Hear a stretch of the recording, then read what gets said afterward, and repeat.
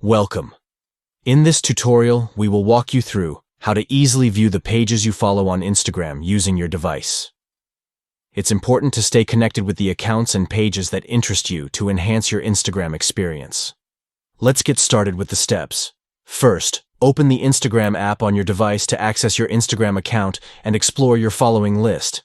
Next, locate and click on the profile icon, typically situated on the lower right corner of the screen.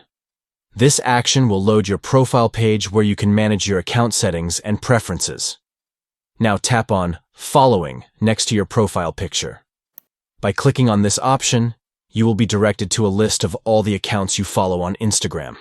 Within the Following section, you can find all the accounts you are connected with, including the pages you have chosen to follow.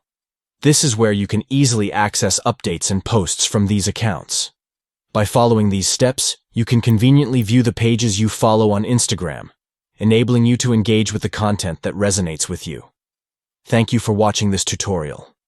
We trust that this guide has been informative in demonstrating how to view the pages you follow on Instagram using your device.